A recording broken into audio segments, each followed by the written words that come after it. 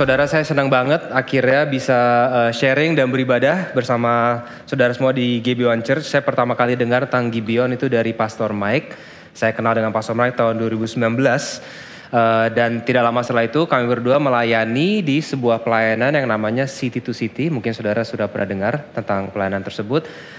Dan setiap kali Pastor Mike sharing tentang Gibeon, itu dia kerasa banget bahwa bukan hanya dia yang Tuhan pakai untuk memberkati saudara, tapi juga saudara sangat memberkati dia. Dan itu adalah suatu tanda buat saya bahwa Injil Yesus itu benar-benar nampak di gereja ini dan juga di hati saudara. Dan basis Injil tersebut sudah cukup untuk bikin saya yang datang dari denominasi yang berbeda dan kota yang berbeda untuk rindu pengen beribadah bersama saudara dan sharing di sini. So thank you for having me. Dan sebelum kita buka firman Tuhan pada hari ini, mari kita buka khotbah ini dengan doa. Mari kita berdoa. Bapa di surga, gunakanlah firman-Mu pada hari ini untuk menyejukkan hati yang perlu dikuatkan oleh-Mu, untuk menjamah hati yang sedang jauh dari-Mu, dan juga di dalam kasih-Mu yang begitu berlimpah, untuk menegur hati yang perlu ditegur oleh-Mu. Demi nama Yesus dan kemuliaan-Nya, kami semua berdoa. Amin. Saudara, firman yang akan kita pelajari hari ini diambil dari Lukas pasal 8 ayat 4-15. Dan izinkan saya hari ini saudara untuk nggak terlalu banyak pakai slide ya.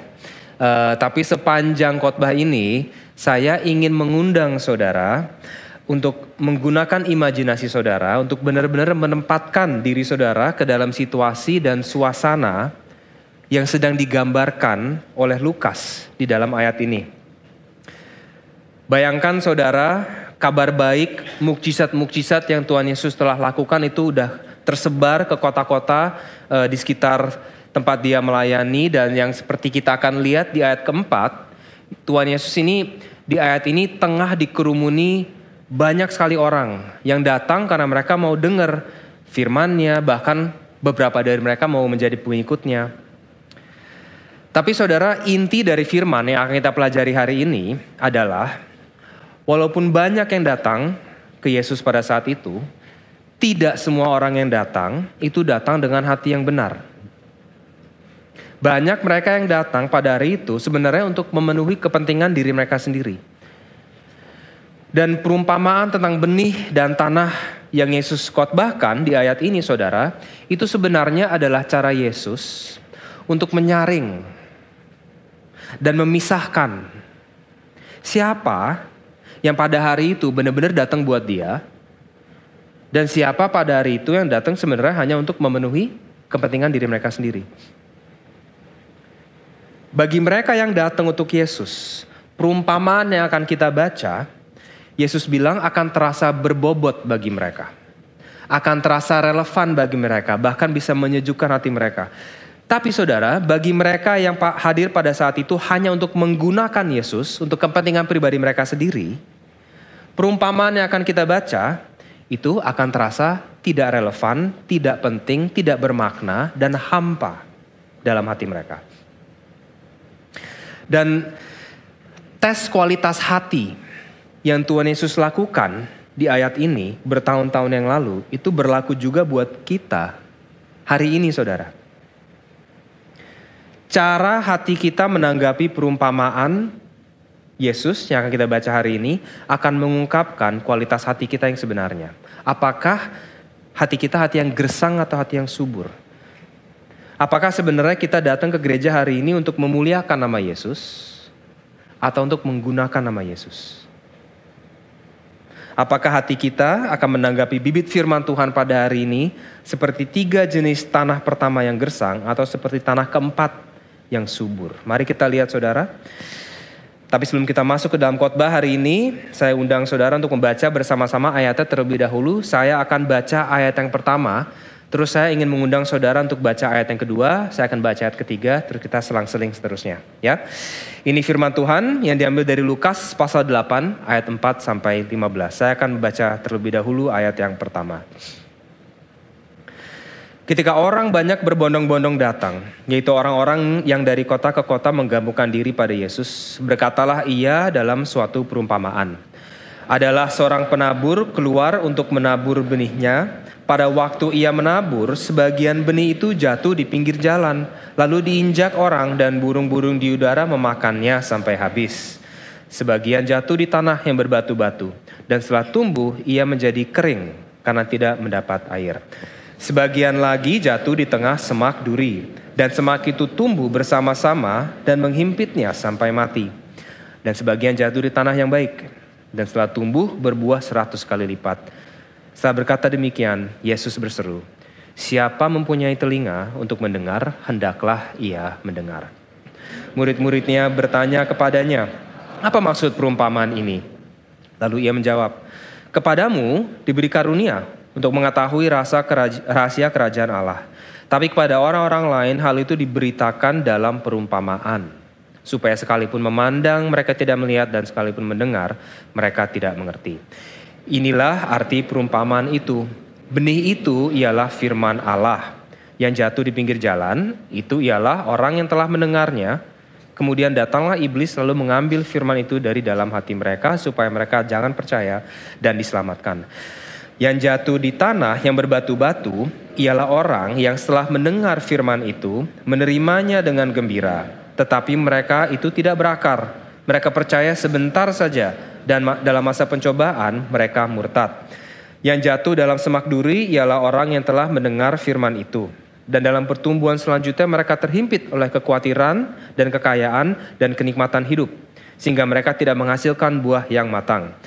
Yang jatuh di tanah yang baik itu ialah orang yang setelah mendengar firman itu menyimpannya dalam hati yang baik dan mengeluarkan buah dalam ketekunan. Demikian firman Tuhan. Ada 3 hal saudara yang saya ingin tekankan dari ayat ini. Yang pertama adalah pengujian kualitas hati kita. Yang kedua, tipe-tipe hati yang gersang dan menolak. Dan yang ketiga, ketabahan hati yang subur dan menerima. Oke? 3 poin. Kita masuk ke poin pertama, pengujian kualitas hati kita. Saudara, saya ingin sekali lagi mengundang saudara untuk tempatkan diri saudara sekali lagi dalam cerita ini. Bayangkan Tuhan Yesus yang tengah dikerumuni massa yang besar, karena pelayanan dia sudah makin tumbuh, pengikut dia juga sudah ratusan bahkan ribuan mungkin ya pada saat ini. Dan sekarang pelayanan dia ini berada di dalam sebuah titik ambang kritis. Berpotensi untuk menjadi sebuah gerakan yang sangat besar. Jadi bisa dibayangkan ya saudara, murid-murid Yesus, para pemimpin-pemimpin dari gerakan tersebut pada saat ini pastinya excited banget ya kan? Saudara, mungkin mereka berbisik dalam hati mereka, "Yesus, please sekali aja lagi khotbahkan sebuah khotbah yang viral. Yesus, sekali aja lagi lakukan sebuah mukjizat yang besar. Setelah itu kita akhirnya akan tiba pada status mega church yang selama ini kita dambakan." Dan momen yang mereka tunggu-tunggu itu saudara akhirnya tiba. Berbondong-bondong orang datang ke Yesus dari berbagai kota. Ayat 4 bilang, dan akhirnya Yesus bangkit di hadapan massa ini untuk menyatakan firman-Nya. Tapi isi khotbahnya kok gini ya saudara. Ada seorang penabur keluar untuk menabur benihnya. Pada waktu ia menabur, sebagian benih itu jatuh di pinggir jalan lalu diinjak orang dan burung-burung di udara memakannya sampai habis dan seterusnya dan seterusnya. Bisa bayangin gak saudara? Kebingungan yang terlukis di muka murid-murid Yesus pada saat itu. Mereka pasti mikir, ini kesempatan kayak gini jarang loh. Kesempatan kayak gini kok malah dipakai buat bahas cara bertani ya? Tuhan Yesus lihat orang ini pada bingung pulang semua. Jadi di ayat ke-9 mereka hampiri Yesus dan mereka tanya, "Tuhan Yesus ini apa maksudnya? Kok khotbah hari ini kayaknya kurang nyambung ya? Kurang jelas, kurang connect, kurang relevan dengan jemaat." Dan Yesus memberikan sebuah jawaban yang saya yakin bakal bikin shock banyak pastor-pastor zaman now. Dia bilang, "Saya sengaja khotbah dengan perumpamaan yang membingungkan ini supaya banyak yang pulang. Saya mau banyak yang pergi. Saya lagi mau menyaring. Saya lagi mau melihat isi hati orang yang datang ke sini hari ini. Kepadamu, dibilang di ayat 10, telah diberikan karunia untuk mengetahui rahasia kerajaan Allah. Tetapi, kepada orang-orang lain, hal itu diberitakan dengan perumpamaan. Kenapa? Supaya sekalipun memandang, mereka tidak melihat, dan sekalipun mendengar, mereka tidak mengerti. Kalimat terakhir itu saudara adalah kutipan dari Yesaya pasal 6 ayat 10. Di mana Tuhan di perjanjian lama sedang menghakimi umatnya yang tidak percaya. Dalam kata lain, Yesus di sini bilang bahwa dia sengaja mau bikin orang bingung. Kenapa? Untuk mengungkapkan bahwa walaupun banyak yang datang ke Yesus pada hari itu, banyak juga hati mereka yang sebenarnya belum percaya. Mereka belum percaya. Loh, jadi kalau mereka belum percaya, ngapain mereka nyari Yesus hari itu? Untuk memenuhi kepentingan diri mereka sendiri. Karena itu di ayat 6 tadi kita baca, Yesus bilang, banyak dari kalian yang nanti ngerasa panas dikit aja. Terik dikit aja. Dituntut untuk berkorban dikit aja buat saya. Dituntut berkorban dikit aja buat kerajaan Tuhan. Langsung apa? Langsung kering. Iman kalian akan langsung mati dan kalian akan meninggalkanku. Kenapa? Karena sebenarnya banyak dari kalian yang datang ke aku bukan untuk mencari aku. Kalian datang ke aku untuk memenuhi kepentingan kalian sendiri.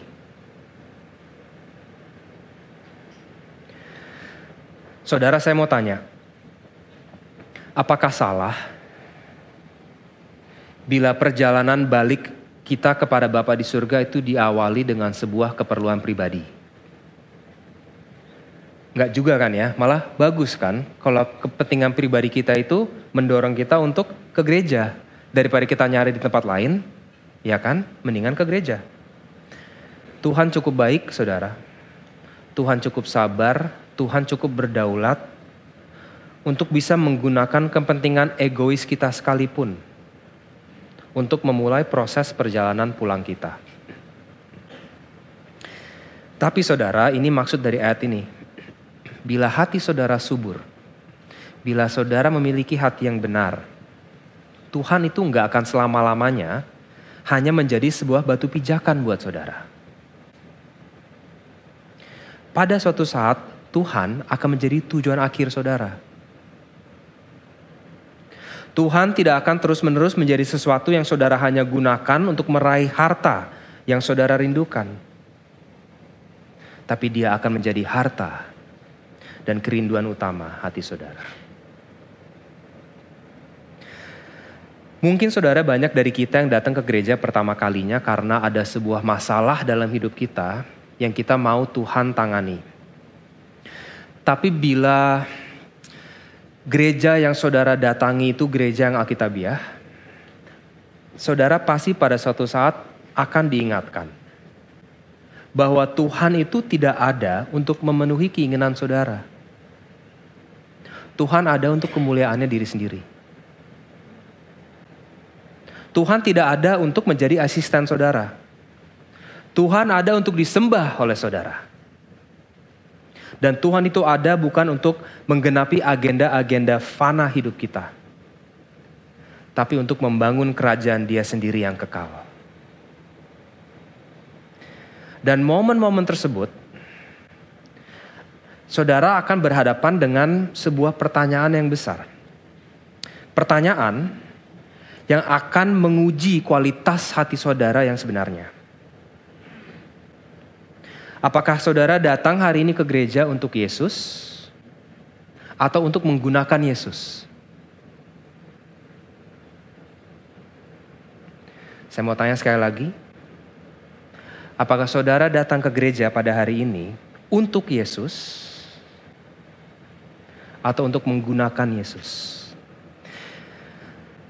Bila saudara datang ke sini untuk menggunakan Yesus, yang akan terjadi saudara adalah saudara akan mendengar perumpamaan-perumpamaan yang seperti ini. Dan saudara akan mendengar puisi-puisi yang membingungkan di buku Mazmur. Dan saudara akan dengar cerita-cerita yang aneh di buku Keluaran. Dan saudara akan mendengar pepatah-pepatah kata yang asing di buku Amsal dan gambaran-gambaran yang kriptik di buku Wahyu. Dan hati saudara akan bertanya gini, ini penting gak sih? Ini apa sih gunanya? Apa sih hubungannya cerita tentang bangsa yang dibebaskan dari sebuah perbudakan ke tanah perjanjian yang baru bertahun-tahun yang lalu, itu apa hubungannya sama bisnis saya? Gimana sih caranya sebuah puisi tentang Raja Daud yang ditulis ribuan tahun yang lalu itu bisa bantu saya dapat jodoh? Gimana sih caranya perumpamaan tentang penabur benih 4 jenis tanah ini bisa bantu saya sembuh dari penyakit saya? Maaf, saya nggak punya waktu Tuhan buat perumpamaan-perumpamaan yang irelevan seperti ini. Cara saudara menanggapi firman Tuhan yang terkesan aneh dan irelevan seperti ini akan membuktikan kualitas hati saudara yang sebenarnya. Apakah saudara memiliki hati yang gersang atau hati yang subur? Mari kita pelajari terlebih dahulu jenis-jenis hati yang gersang. Ya saudara, di poin kedua kita. Tipe-tipe hati yang gersang dan menolak. Di sini Tuhan Yesus terus menjelaskan arti dari perumpamaan ini kepada murid-muridnya di ayat 11 sampai 15. Dia bilang begini ke murid-muridnya. Dari mereka semua yang kalian lihat pergi menolak perumpamaan ini, ada 3 alasan kenapa mereka menolak benih firman Tuhan. 3 alasan. Alasan yang pertama, atau dalam kata lain, lahan gersang yang pertama, dijelaskan di ayat 12. Kadang, Yesus bilang, sewaktu benih firman Tuhan itu ditabur, benih tersebut jatuh di pinggir jalan, bukan di tanah yang subur. Nah, yang dimaksud dengan jalan ini saudara, bukan trotoar seperti yang kita mungkin bayangkan di kota-kota modern sekarang ya. Jalan ini adalah sebuah jalur tanah yang permukaannya tuh mengeras karena sering diinjek-injek dan dipakai jalan buat orang. Jadi tanahnya lebih keras. Dan benih yang jatuh pada tanah keras itu langsung dimakan sama burung-burung setempat katanya. Yang di sini melambangkan siapa saudara? Iblis kata Yesus. Nah, saudara, kita jangan nyalain cepet-cepet si iblis aja ya di sini ya. Soalnya walaupun dia terlibat, bukan dia yang menjadi fokus masalah utama cerita ini. Apa fokus masalah utama cerita ini? Tanah yang keras. That's the problem. Itu masalah utamanya. Jadi mari kita namakan hati pertama ini saudara hati yang keras. Dan perhatikan saudara kecepatan proses matinya benih yang jatuh pada tanah yang keras ini. Seakan-akan dalam waktu berapa detik aja benih itu jatuh langsung disambar sama burung setempat. Ini saudara melambangkan sebuah penolakan yang sifatnya cepat dan jelas dan eksplisit. Jadi setiap kali firman Tuhan dikhotbahkan, orang ini tuh sama sekali gak tertarik. Dalam jangka waktu berapa detik, berapa menit aja, dia langsung bosen, langsung jemu. Nah saudara, apakah ini berarti bila saudara ketiduran sejak saya khotbah tadi? Atau misalnya saudara mulai main HP 10 menit yang lalu, apakah itu bukti bahwa hati saudara itu hati yang keras? Ya enggak gitu juga ya saudara. Mungkin aja tadi malam nonton Netflixnya agak kemalaman ya kan. Atau sibuk tadi pagi. Atau mungkin ini memang khotbah yang agak boring, it's okay. Saya mengerti saudara, mungkin ada kebenarannya. Tapi saudara, bila setiap kali saudara dengerin firman Tuhan, setiap kali saudara ikut cell group, community group, setiap kali saudara ikut Bible study, setiap kali saudara dengar khotbah di gereja, setiap kali itu bosen terus, jenuh terus, merasa nggak connect dan jauh terus, sampai si khotbah tuh harus jungkir balik gitu saudara. Harus teriak-teriak, bahkan kadang-kadang dia menjelma menjadi seorang stand up comedian. Supaya bisa narik perhatian saudara kayak susah banget gitu. Kalau itu yang saudara alami, mungkin saja itu sebuah masalah. Mungkin saja itu tanda bahwa hati saudara itu sebenarnya masih keras. Karena tanggapan hati saudara akan benih firman Tuhan ini seharusnya nggak terlalu bergantung pada cara sang petani menabur benihnya. Coba kita lihat lagi di perumpamaan ini. Coba hitung saudara, berapa kali sang penabur benih itu dibahas dalam perumpamaan ini? 1 kali, di ayat ke-5. Setelah itu dia pudar sama sekali dari narasinya. Bahkan sewaktu Yesus menjelaskan ini perumpamaan ini artinya apa, ke murid-muridnya di ayat 11-15, sang penabur ini nggak disebut sama sekali, dilupain gitu aja. Kenapa saudara? Kenapa Tuhan Yesus nggak bahas si penabur sama sekali? Karena sang penabur firman, sang pengkhotbah firman, hanyalah bagian kecil dari proses pertumbuhan ini. Peran sang penabur, peran sang pengkhotbah dalam cerita keselamatan Allah insignifikan. Dan cara dia menabur benihnya, teknik yang dia gunakan saat menabur benihnya di dalam skala besar cerita Allah, sebenarnya saudara, penting gak penting? Saudara, cara saya, cara Pastor Mike, cara Pastor Nathan, dan cara pastor-pastor lain yang pernah khotbah di atas mimbar ini, cara kita menabur benihnya, gak penting-penting banget saudara. Yang penting apa? Benihnya.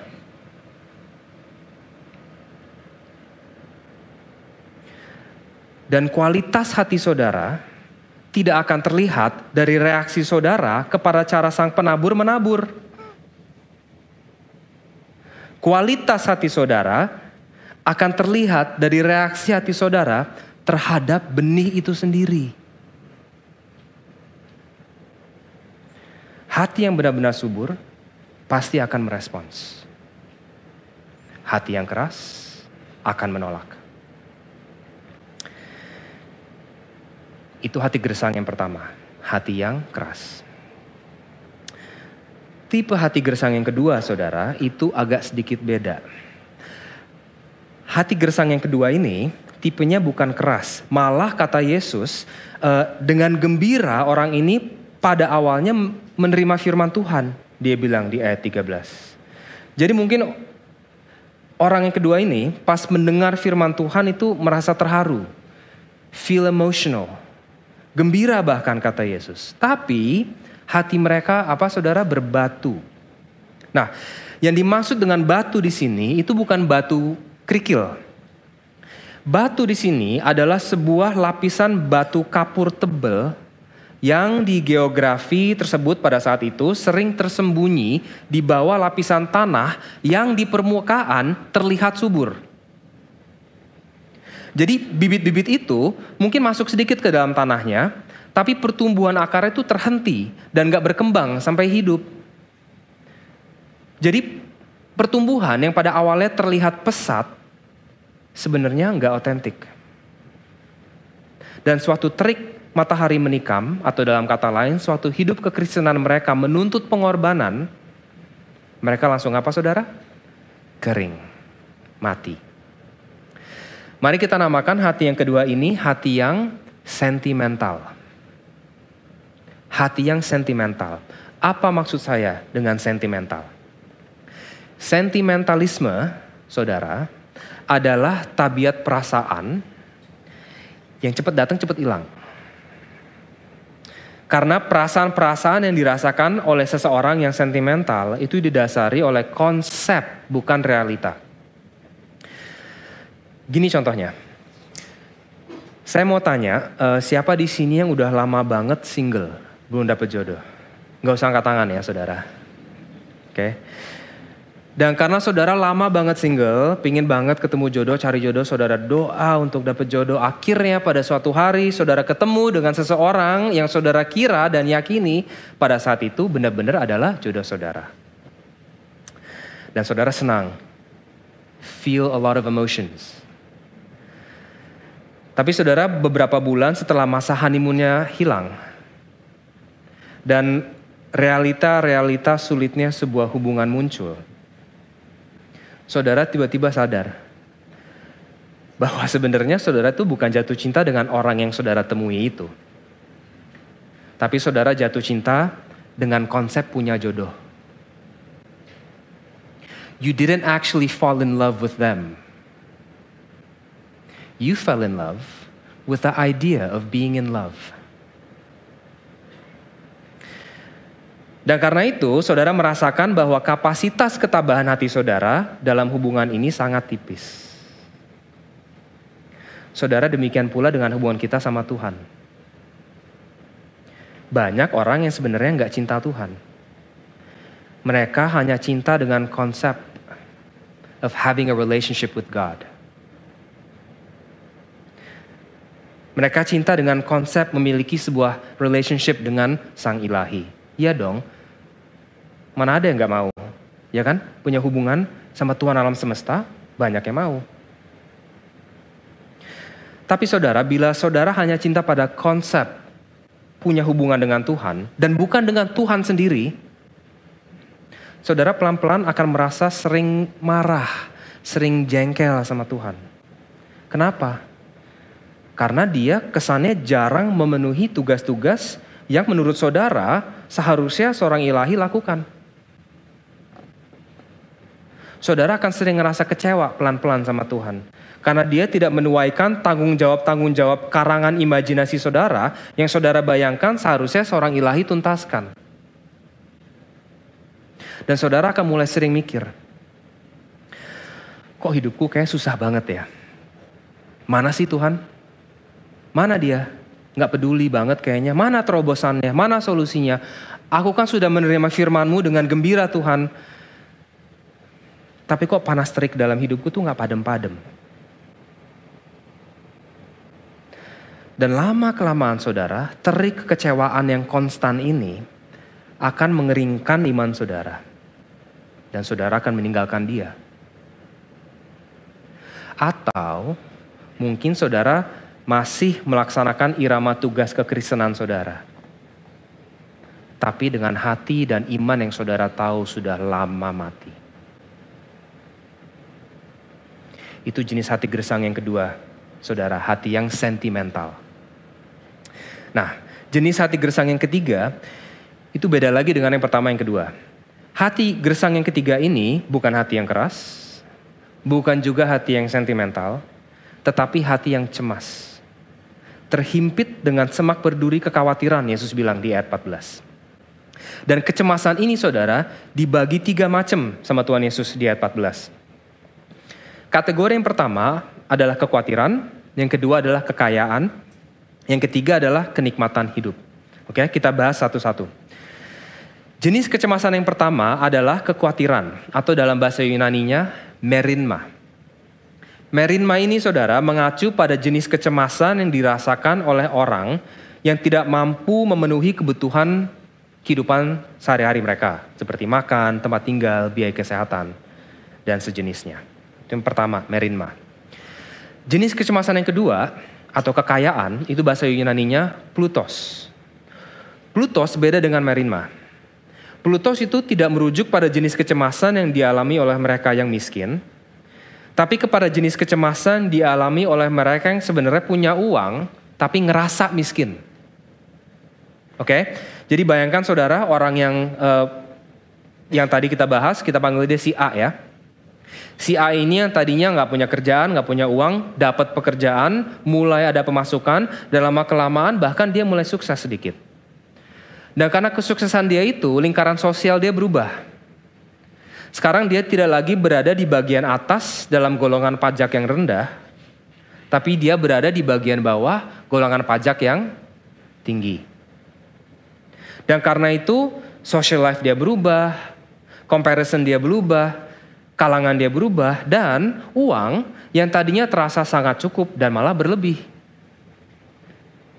Sekarang tiba-tiba kok rasanya biasa aja ya, malah kurang.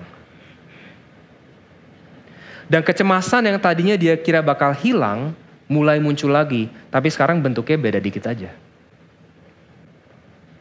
Itu yang kedua, plutos. Yang ketiga saudara, kenikmatan hidup atau Yunaninya hedone. Hedone ini adalah jenis kecemasan yang dialami mereka yang uangnya udah berlimpah. Jadi bayangin sekali lagi saudara, si A ini karena dia terus didorong oleh kecemasannya, dia terjun makin dalam ke pekerjaannya dan akhirnya one day dia finally masuk ke Forbes Top 50 List Richest People di Indonesia. Akhirnya dia berpikir kecemasanku akan hilang. Tapi saudara malah nambah. Kenapa? Karena sekarang dia takut bakal kehilangan status dia tersebut. Dia stres akan kemungkinan kekayaan dan status yang dia sudah susah payah raih ini suatu hari bisa hilang. Dan si A ini udah sampai level di mana pokoknya kalau makanan nggak mahal tuh rasanya nggak enak. Dia udah sampai level di mana kalau barang tuh nggak mahal kayaknya kurang. Dan standar hidup dia, cukupnya itu sudah tidak lagi dipandu oleh realita, apalagi Alkitab. Tapi dipandu oleh sebuah gaya hidup yang udah nggak karuan dimanja.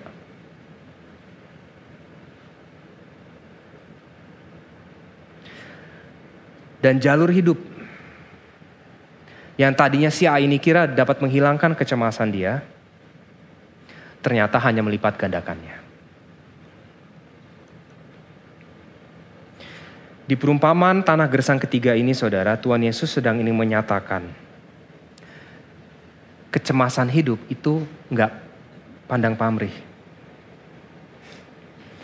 Kecemasan hidup bisa mencekik iman orang yang miskin dan yang kaya sekalipun. Dan coba perhatikan saudara, seberapa pelan proses mati bibit di tanah yang ketiga ini. Beda seperti hati yang keras dan hati yang bersemak duri, kematian bibit di hati yang cemas ini kesannya makan waktu yang cukup lama. Ya kan? Pada awalnya pelan-pelan waktu dan tenaga dan uang dan talenta dan influence yang tadinya kita berikan sepenuhnya untuk kerajaan Yesus. Sekarang terkuras habis kita pakai untuk ngelawan dengan sia-sia kecemasan hidup kita. Inilah hati yang bersemak duri.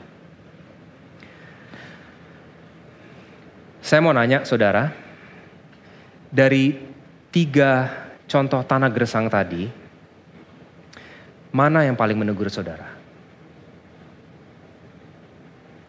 Hati yang keras,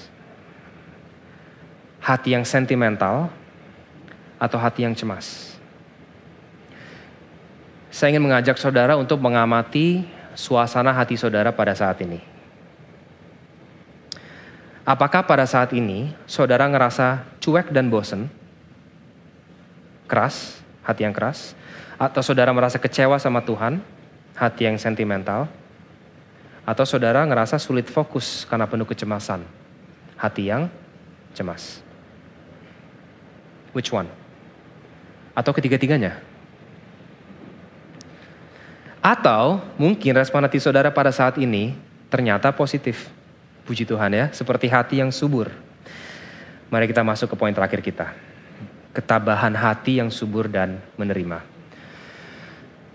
Tuhan Yesus saudara mengakhiri perumpamaan ini dengan sebuah nada positif. Dia bilang bahwa walaupun banyak yang akan menolak firman Tuhan, ada juga mereka yang akan benar-benar menerimanya.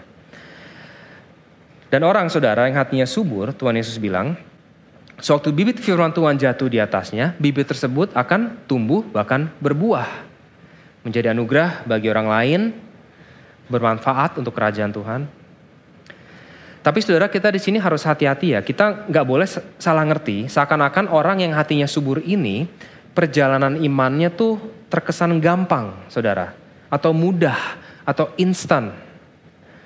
Karena gampang sekali buat kita membayangkan bahwa benih yang jatuh ke atas tanah yang subur ini tuh kayaknya langsung seret masuk ke tanah, tumbuh jadi pohon, terus berbuah gitu ya. Kayaknya gampang banget, simple banget. Itu sama sekali bukan apa yang Tuhan Yesus coba gambarkan di ayat ke-15 ini. Coba lihat lagi ayat ke-15. Yesus berkata bahwa saat benih firman Tuhan itu jatuh pada orang yang hatinya subur, hati tersebut memang akan mengeluarkan buah, tapi buah dalam apa? Buah dalam kemudahan? No.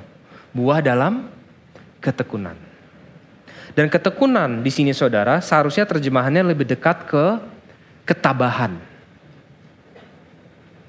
Jadi gambaran di sini adalah bukan seseorang yang lagi tekun belajar di kelas, tapi gambaran yang Tuhan Yesus coba ingin gambarkan di sini adalah seseorang yang sedang tabah bertahan di dalam kesulitan.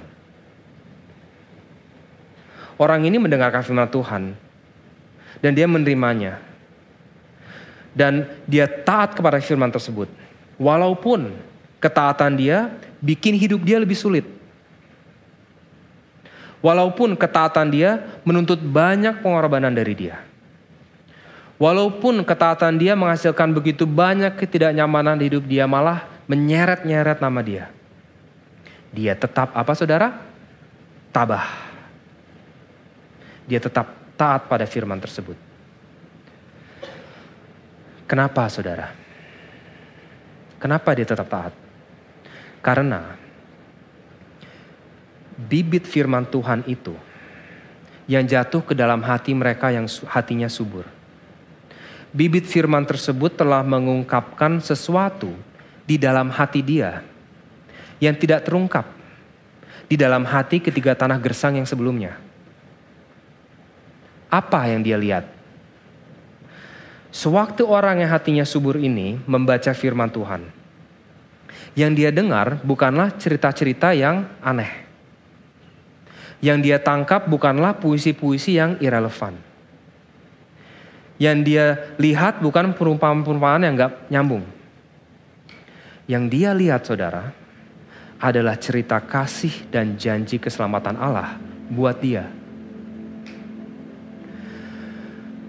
Sewaktu dia membaca sebuah cerita tentang Tuhan yang menyelamatkan umatnya dari perbudakan Mesir ke tanah perjanjian baru bertahun-tahun yang lalu, dia ngeh saudara. Dia sadar bahwa itu sebenarnya adalah janji Tuhan untuk dia. Dan suatu hari dia pun akan diselamatkan dari kepahitan, belenggu dan perbudakan dosa dunia ini. Dan dosa dia sendiri. Untuk tiba suatu hari di tanah perjanjian Allah. Dan suatu dia mendengar puisi-puisi yang ditulis oleh Raja Daud di buku Mazmur. Yang dia dengar bukan puisi-puisi yang irrelevan. Yang dia dengar adalah kabar baik dari Raja umat Tuhan yang sebenarnya. Raja umat Tuhan yang akan datang untuk apa? Untuk memenuhi janji keselamatan tadi.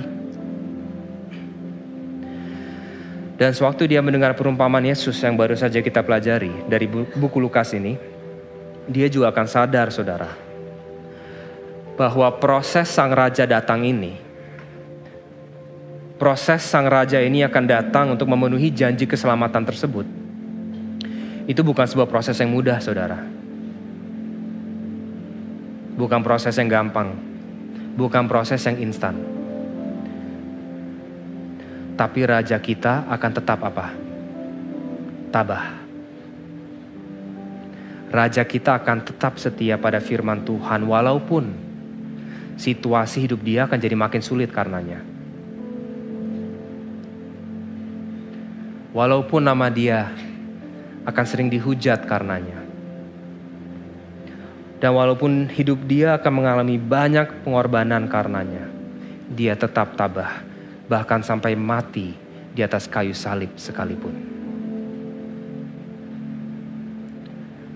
Buat apa?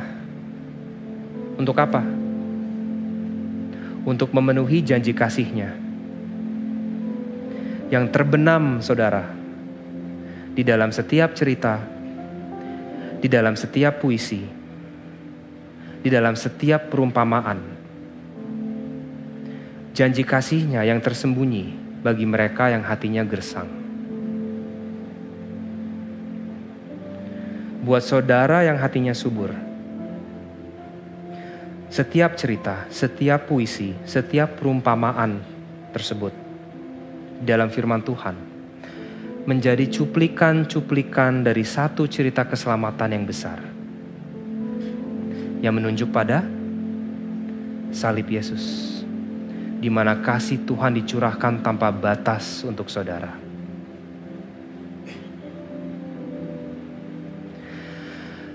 Dan anehnya, saudara, orang yang hatinya subur ini akan merasakan bahwa cerita keselamatan ini itu dapat somehow menenangkan kecemasan hati dia tanpa merubah situasi hidup dia. Cerita keselamatan ini memberikan shalom pada hati dia tanpa secara langsung mengatasi masalah-masalah dia. Dan karena itu, cerita keselamatan ini juga memberikan dia sebuah ketabahan dan ketekunan. Seperti yang Tuhan Yesus bilang di ayat 15 ini. Untuk terus taat pada firman Tuhan. Walaupun seperti Yesus, dia akan sering disalah mengerti karenanya. Walaupun seperti Yesus, hidup dia akan penuh pengorbanan karenanya. Dia tetap tabah, dia tetap setia. Sampai suatu hari nanti, 20, 30, mungkin 40 tahun kemudian, dia akan melihat ke belakang. Dia akan mengamati jalan ketabahan yang dia sudah tempuh. Dan dia akan terkejut. Karena dari sebuah hidup yang mungkin buat dia terasa berat, melelahkan, penuh pengorbanan, penuh ketabahan, Tuhan tanpa dia sadari akan mengeluarkan buah dalam ketabahan tersebut yang berlimpah lewat hidup dia, bukan untuk kepentingan agenda dia sendiri, tapi untuk kemuliaan nama Tuhan.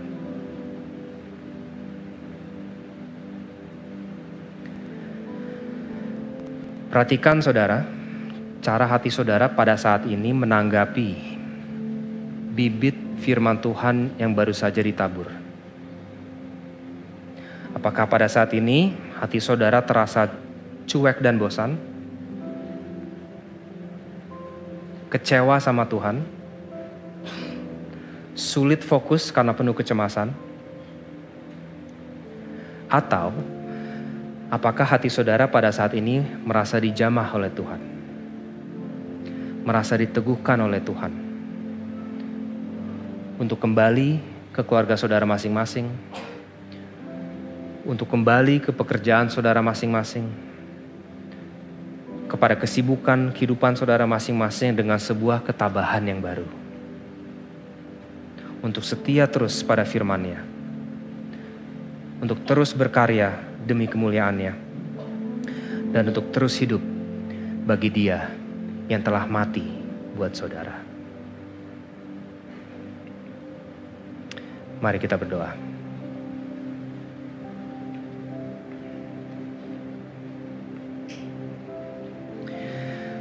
Tuhan, bantulah kami di sini hari ini untuk menanggapi firman-Mu dengan hati yang baik. Biarlah bibit firman-Mu jatuh kepada hati yang subur. Dan biarlah berita kabar baik Injil Yesus tersebut meneguhkan hati kita untuk tetap tabah pada firman-Mu. Dan doronglah kita untuk terus hidup buat Dia yang telah mati untuk kita. Dalam nama Yesus kami berdoa. Amin.